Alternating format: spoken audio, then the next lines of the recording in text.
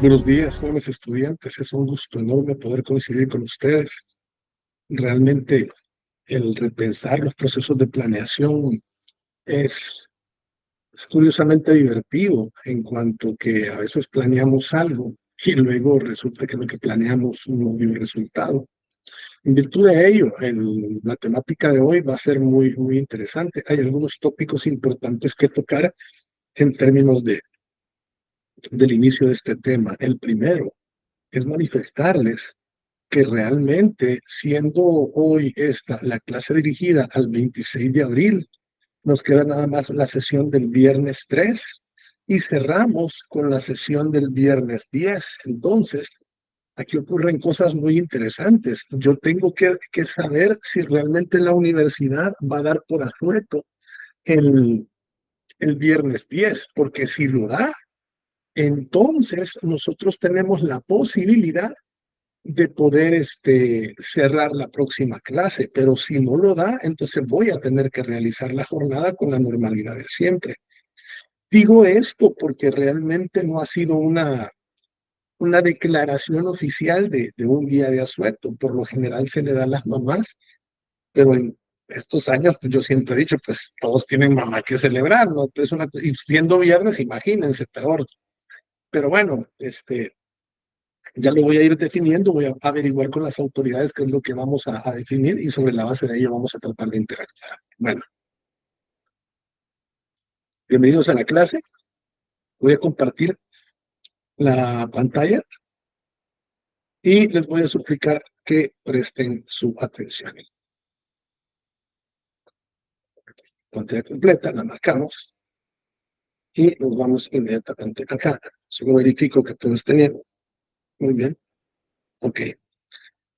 Cuando hablamos de la Cátedra de Planeación y Gestión Social, tenemos que reconocer que es importante conocer y manejar los principios metodológicos y técnicos básicos de la planificación.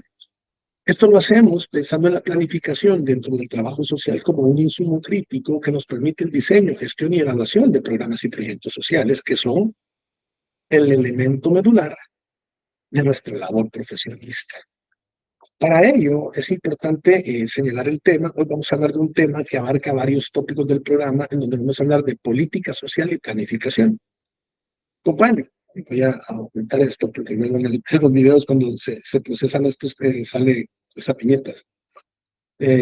La agenda de la clase, ustedes ya la conocen: la exploración del conocimiento previo, la introducción metodológica del tema, la ejecución y desarrollo de los componentes teóricos de la clase, una apertura de preguntas y respuestas, una interacción social académica en todo momento de la clase, retroalimentación del contenido fundamentado en los aspectos más difíciles de comprender del tema y el cierre de la clase. Hay algunas preguntas con las que vamos a iniciar. Para empezar, vamos a preguntar cuándo se produce el desarrollo de la planificación. 2, ¿cuál es el contexto histórico, político y social en el que se desarrolla la planificación?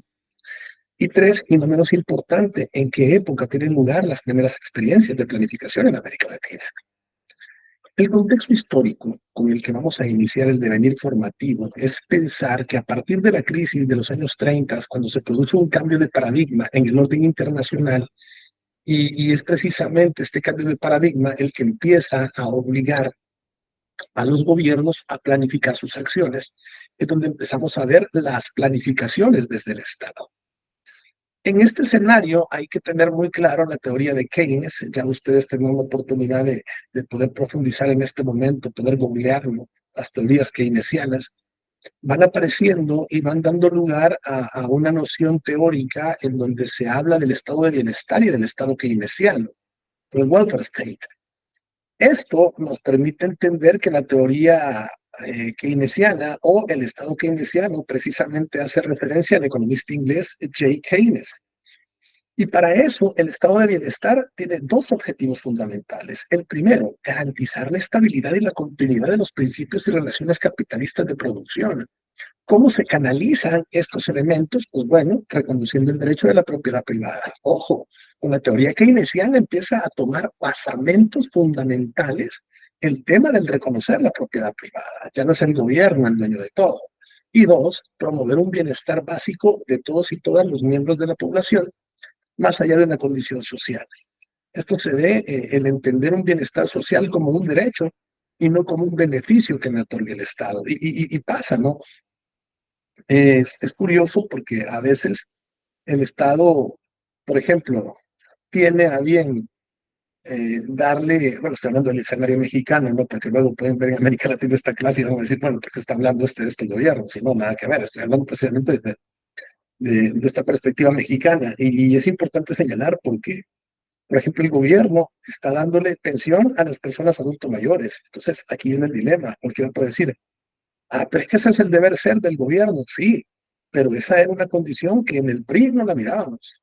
Esa es una condición que en el PAN no la mirábamos. Y ojo, yo no estoy diciendo que voten por nadie, no es mi interés ese. Mi interés es generar un pensamiento reflexivo en donde yo pueda pensar que que uno de los objetivos del estado de bienestar es precisamente pensar en un estado de bienestar básico como, como un derecho y no como un regalo que me dé el Estado. ¿Cómo cumplir el primer objetivo? ¿Cuál es el primer objetivo? Bueno, el que ya habíamos mencionado como antesala, ¿no? El garantizar la estabilidad y la continuidad de los principios y relaciones capitalistas de producción. Bueno, mediante una intervención directa en la economía. Otros hablan de una redistribución o reparto equitativo del ingreso y las ganancias de las empresas y las personas. Y otros hablan del fomento pleno empleo, es decir, que proveemos de trabajo a la mayor cantidad posible de individuos, pero el hecho es que aunque yo tenga trabajo, y no estoy hablando de mí como yo persona, sino que estoy hablando de yo en general, como ser humano, tienes la garantía del trabajo, pero realmente el trabajo subsana tus ingresos necesarios para poder tener una vida digna. O sea, ese tipo de cosas empiezan a hacer relación en donde yo hablo de cómo planifico y de cómo la planificación de mi vida tiene un impacto en el trabajo social. Y yo lo voy a poner desde este punto de vista. Nosotros en Guadalajara tenemos un acceso a diversión que muy pocos países en América Latina tienen. Por ejemplo, en Guadalajara todos los fines de semana hay conciertos. Llegan artistas de Argentina, llegan artistas de Chile, llegan artistas de Colombia. Bueno, la gran cantidad de artistas mexicanos que tenemos. De repente está tocando los Caifanes, luego toca Maná, luego toca Molotov. Luego llegan las fiestas de octubre y ustedes saben lo que pasa en esas fiestas de octubre, un show de artistas. Y bueno, y nosotros empezamos a pensar que ir a un espectáculo artístico no es barato, que ir a este tipo de lugares, a escuchar estas bandas, a ver una obra de teatro no es barato. Y luego nos preguntamos por qué no nos alcanza el dinero. Bueno, porque no estamos haciendo una redistribución equitativa, perdón, entre lo que ganamos y lo que gastamos. Precisamente, vamos a hablar entonces del segundo objetivo y para ello es importante manifestar que por medio de un conjunto de leyes los estados buscan garantizar y mejorar las condiciones del trabajador y a partir de eso se establecen derechos sociales. Pero como consecuencia de la instauración de los derechos sociales, empezamos a tener exigencias de bienes y servicios.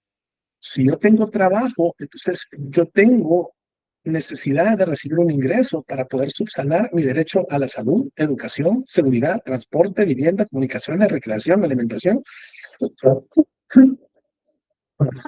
Ay, perdonen que por lo general, por lo general he estado con los cambios de clima, he estado bastante malo de la tos y luego con los temas de los calores y el dormir con ventilador y el estar en aire acondicionado, pero realmente lo necesito porque no soporto el calor. Pero bueno, es una cosa que no tiene nada que ver con la clase. Sin embargo, al momento de planear, hasta el tipo de ropa que uno utiliza tiene que pensarse si está haciendo calor o está haciendo frío. ¿Qué quiere decir? Que en todo momento realizamos planeaciones. Y es que el planificar, como lo hemos dicho, nos permite establecer caminos oportunos para alcanzar la meta de nuestros objetivos.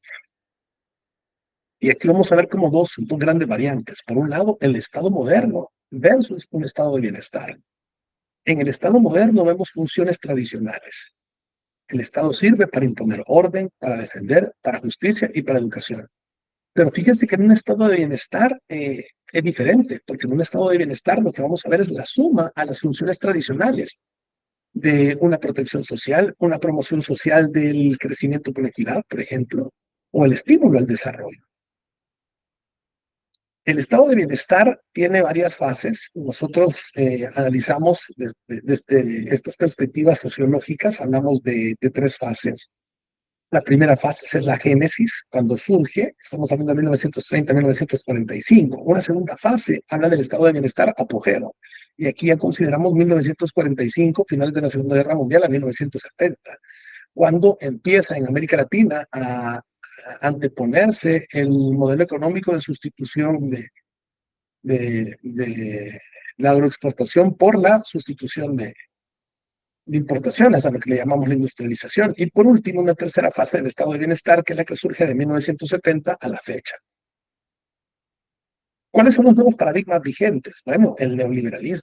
Es que el neoliberalismo precisamente surge como respuesta a los problemas generados tras la crisis del estado de bienestar, porque cuando se pensaba que el gobierno era responsable de subsanar las necesidades de todos, resultó que muchos gobiernos no cumplieron con eso, engañaban a la gente y lo único que hacían era robarle el dinero a la población.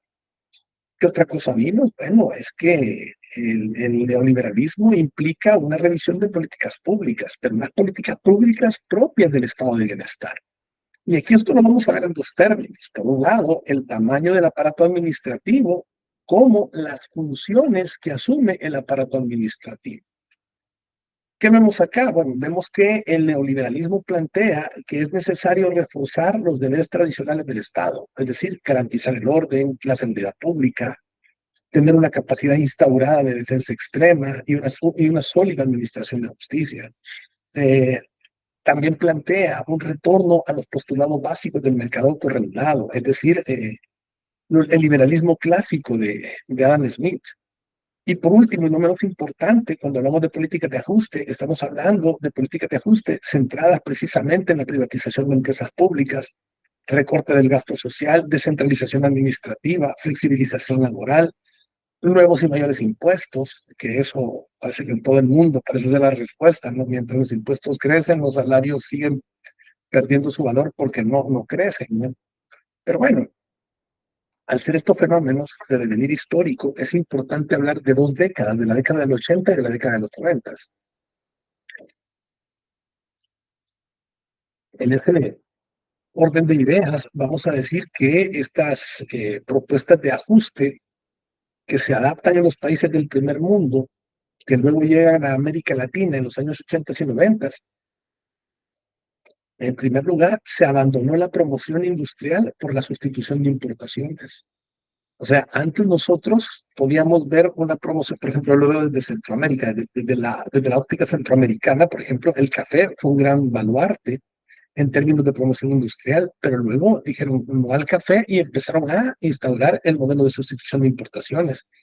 Y aquí se favoreció, por ejemplo, en el escenario de México, la apertura económica a un mercado internacional y se empieza a potenciar, por ejemplo, que el consumo de aguacates de Estados Unidos o sea, venga precisamente de México.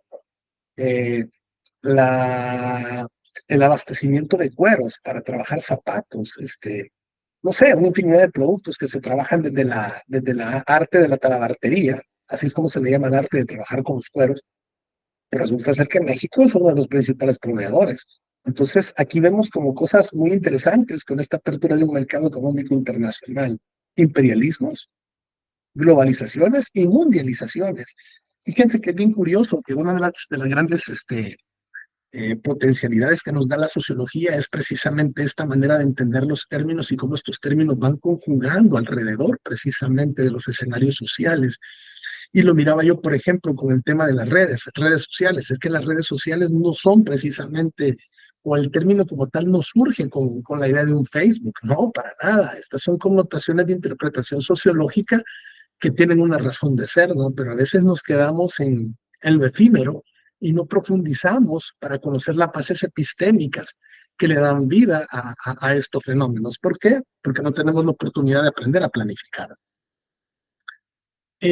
Con el neoliberalismo, tanto en unos países como en otros, algunas medidas no se logran, no lograron estas medidas superar las crisis.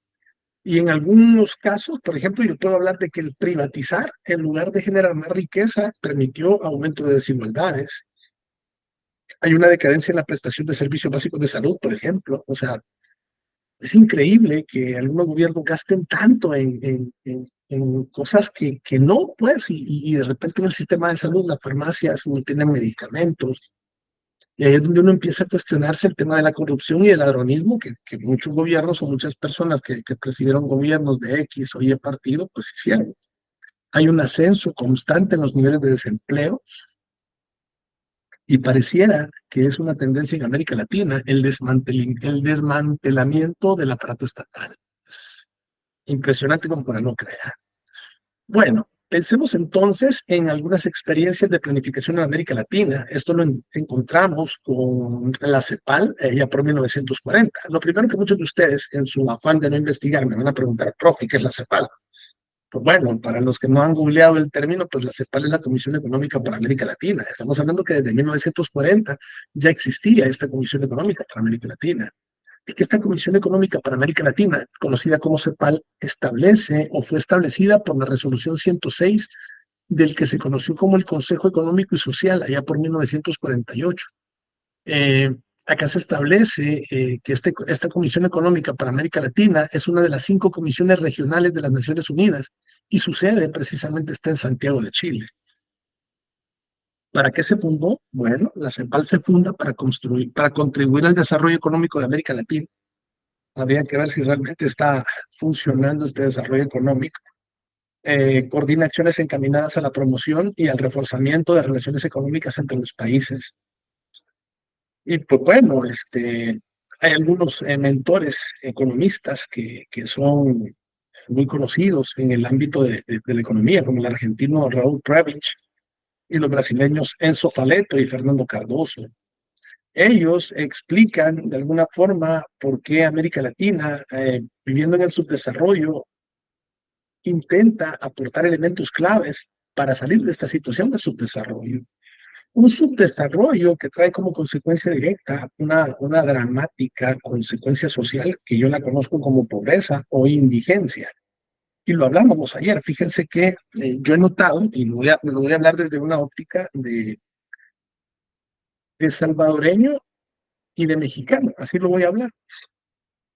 Fíjense que yo lo notaba, por ejemplo, en El Salvador, en Centroamérica, he notado que hay como una cultura de presunción en términos de tratar de parecer que pertenezco a una condición social, aunque yo no la pertenezca. Por ejemplo, ¿tengo para comprar un coche nuevo? No, pero sí tengo poder para adquirir un préstamo y mandar a traer un coche de Estados Unidos, chocado, aunque lo tenga que reparar, y ya reparado quede bien bonito, pero tengo una necesidad de aparentar de que pertenezco a un estrato social, aunque la gente no tenga para comer. A mí me pasa, por ejemplo, lo platico con personas de la tercera edad de Guadalajara. Oye, ¿a usted no le cuesta andar en el tren? No. No quisiera comprarse un carro, ¿usted tiene para comprar un carro? No. Que voy en el camión, conozco gente. O sea, las concepciones de las estructuras sociales a veces nos hacen pensar de que somos pobres porque queremos, porque no le damos prioridad a estas maneras de planificar. Yo lo veo, por ejemplo, ahora. Muchos pagan vía cable, muchos pagan Total Play, que es el de Telmex, creo, pero también pagan Netflix, Amazon, Apple TV, y empezamos a caer en estas consecuencias de consumismo. Realmente, en términos de la planificación social y la relación con trabajo social, la CEPAL intenta como organismo crear condiciones para superar el subdesarrollo, ¿no? Y sigue apareciendo la planificación como un instrumento idóneo que tiene como fin fundamental coayudar en el logro de la búsqueda de respuestas que den soluciones, pero soluciones concretas a problemas sociales emergentes. Aquí vemos cómo desde 1960 la planificación en América Latina se realizó en términos de problemas socioeconómicos.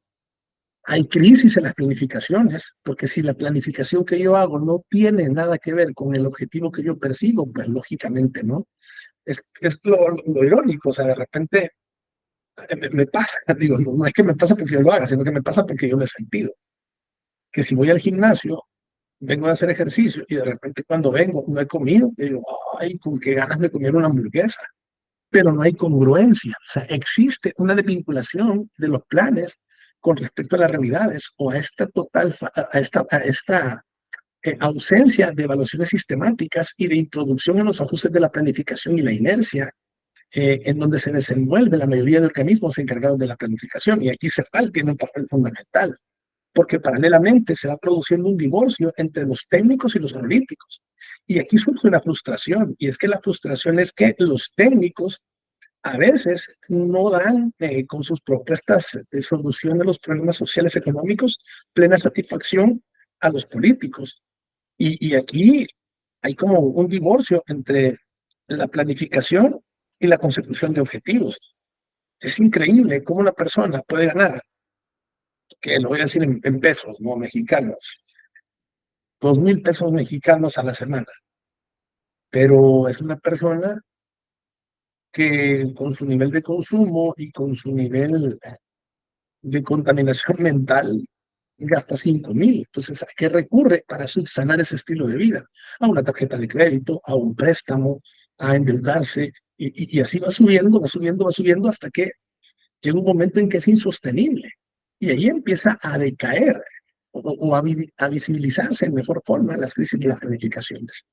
La planificación en la década de los 80, aquí vamos a encontrar, por ejemplo, la celebración del 13 Congreso Interamericano de Planificación, en donde se concretó un foro de discusión que giró en torno a la planificación posible en una perspectiva sociopolítica latinoamericana. Aquí vamos a hablar de Arlet Pichardo Múñiz. Es una socióloga que plantea la tesis de que la planificación está en crisis, pero que de forma particular hay que entender concebirla y practicarla, porque precisamente la planificación tiene una neutralidad técnica que se encierra en el ámbito de lo económico, pero que se relega a una cuestión política desde un plano secundario. Esto se refuerza precisamente en un intento por definir qué es una norma, en donde en lo personal entiendo que una norma es el deber ser, y como punto de partida me permite esta norma establecer un curso de acción para alcanzar objetivos fijados a priori. Arlet Pichardo habla precisamente que en el terreno de la práctica hay evidencias que permiten poner en duda la eficacia de la planificación. Dice que como tal, Arlet habla de que la planificación, como todo proceso, se somete a un análisis de cálculo y que esto es útil para poder entender la manera en cómo tomamos las decisiones que anteceden a las acciones. Vamos a hablar de elementos fundamentales y lo decimos así, ¿no? Porque lo dice Arlet Pichardo Múñiz, habla mientras el ser humano tenga capacidad para actuar, es posible planificar. Pero planificamos para evitar la improvisación, para entender el activismo, para tratar de trabajar en contra del espontaneísmo y el anarquismo. O sea, mientras estos elementos estén vivos, no habrá planificación. Aquí vamos a hablar de que para las funciones y propósitos del trabajo social, lo que es importante es establecer un marco de políticas de estabilización y de programas de ajuste estructural que precisamente le puedan adjudicar al mercado un papel preponderante en la asignación de recursos. Por eso es que las trabajadoras sociales tienen sí o sí que ser elementos fundamentales al momento de realizar planificaciones estratégicas en los escenarios gubernamentales. Para ello, vamos a hablar de que los programas de ajuste y de estabilización, al menos en los términos económicos, por lo general tienen tendencias regresivas. Y aquí vamos a hablar de materias de empleo, de ingresos, de satisfacción de necesidades, y que como estos elementos, si no se suelen trabajar, aumentan los niveles de pobreza. Eso es importantísimo, porque hay nuevas perspectivas para entender lo que es una planificación. Y para ello vamos a hablar de la planificación estratégica. ¿Por qué? Porque la planificación estratégica se puede poner en un nivel más alto que la planificación normativa. Y esto permite precisamente facilitar mejor aún la consecución de objetivos. La planificación normativa, si bien es cierto que me permite definir una norma, fijo objetivos, señalo recursos para lograr los objetivos, delimito acciones y evalúo, la planificación estratégica tiene una premisa fundamental. Descansa en una necesidad de identificar procedimientos, técnicas e instrumentos para vincular el análisis de la realidad con la intervención. Esa es la labor fundamental del trabajo social. ¿Por qué? Porque permite ubicar espacios, recursos, propuestas de solución, decisiones estratégicas de cómo actuar. La planificación estratégica trabaja con la realidad social, trabaja con actores, busca de manera contundente intervenir en políticas sociales, buscando estabilidad, buscando ajuste. Y hoy, cuando hablamos de planificación estratégica, cada vez hace más referencia a temas como pobreza, el costo social del ajuste, el gasto social, salud, educación, el rostro humano de la política económica, por el amor de Dios. Y en estos temas relativos vamos a ver un elemento fundamental: calidad de vida y desarrollo. Para ello, entender cuándo se desarrolla la planificación, para ello, para entender cuándo se desarrolla la planificación, vamos a tener que trabajar con ciertas particularidades que marcan de manera significativa la forma y la manera en cómo hacemos las cosas. Pensamos en planificación desde la Segunda Guerra Mundial, una planificación interesante, porque era una planificación que en el escenario de estos devenires históricos de guerras, de conflictos, de derechos humanos, aparecía el paradigma del estado de bienestar. Luego, vamos a hablar de acciones. Yo voy a tratar de no detenerme mucho en esto, pero volvemos a una conceptualización que espero en este momento, cuando estén viendo el contenido, puedan darle pausa para poder entender qué es la planificación y cómo entender la planificación como un procedimiento en el que ustedes van a seleccionar, ordenar y diseñar acciones para realizar los logros determinados. Hay elementos que suponen la planificación, como por ejemplo, definir propósitos, establecer mecanismos para lograr los propósitos, ejecutar acciones y conocer el resultado de las acciones para que en un futuro se puedan evaluar dichas acciones. Entonces, una planificación social la voy a concebir cognitivamente como un proceso y como un sistema. Como un proceso en la medida que supone etapas sucesivas y complementarias, y como un sistema cuando posibilite atender aspectos relacionados con la ubicación y los plazos en los que se llevan a cabo los proyectos trazados en una planificación social. ¿De qué manera establezco etapas y alcances de la planificación? A través de diagnósticos, a través de la formulación y a través de la ejecución, evaluación y ajuste. Hay 7 principios básicos de la planificación. Yo se los dejo efectivamente en pantalla para que ustedes puedan generar análisis alrededor de estas aristas académicas. A mí, personalmente, cada uno de ellos me deja un aprendizaje significativo muy importante. Y pues bueno, hay que pensar también en que si la planificación tiene principios, cuáles son las dificultades inherentes que presenta el acto de planificar. Se las dejo en pantalla para que ustedes vayan entendiendo un poco más estos escenarios. Pues bueno, realmente hay mucha tela que cortar. Hay aspectos fundamentales que tienen una circularidad permanente en la planificación. Uno es el identificar, planear y evaluar. Vamos a pensar en etapas del proceso de planificación desde una concepción operativa. Realmente yo establezco alrededor de 9 etapas de la planificación. Al darles este material, pues lógicamente voy a permitir pues que vayan desarrollando una lectura concreta. Los principios, por ejemplo, de la planificación: el principio protector, el principio objetivo. Y bueno, los tipos de lineamientos que se trabajan dentro de la planificación, donde predomina la planificación estratégica, la planificación táctica, la planificación operativa. Con la fusión holística de estos elementos, determino una correcta planificación. La planificación tiene maneras de evaluarse. Y yo hablo de 2 formas de evaluar.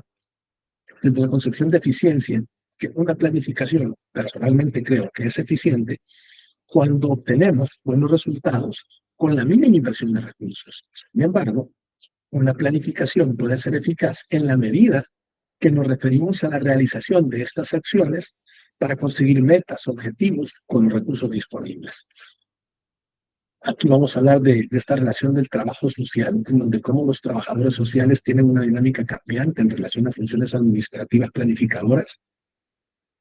El trabajo social permite constantemente anticiparnos a hechos para encontrar propuestas de formulación y planificación de políticas públicas.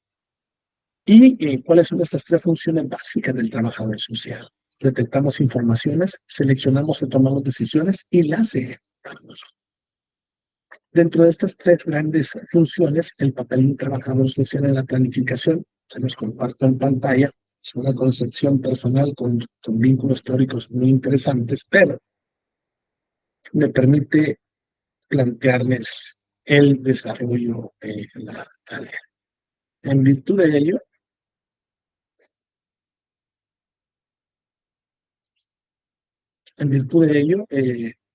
me permito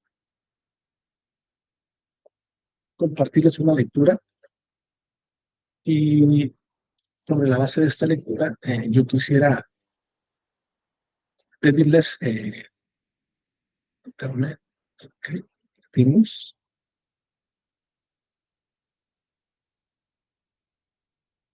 Esta lectura, intentar maximizarla.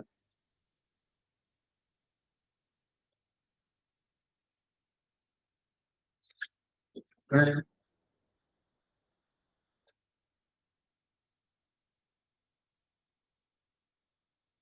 Esta lectura se denomina Planificación Estratégica y Trabajo Social. En este documento vamos a encontrar los diferentes niveles estratégicos y operativos de la práctica profesional del trabajo social y toda una concepción de interpretación de estos ámbitos en donde vamos a entender cómo planificar, cómo pretender e implementar evoluciones y realizar propuestas de mejora desde la complejidad, el dinamismo y los cambios acelerados que están caracterizando a esta sociedad global económica. Pues bueno, les voy a compartir esta lectura, y sobre la base de ello quiero que me elaboren una infografía con las ideas más importantes. Esta infografía me permitirá entender cómo ustedes han identificado las ideas, la justificación del por qué las han entendido y queda una infografía de carácter libre, pero quiero algo bien hecho y con calidad académica.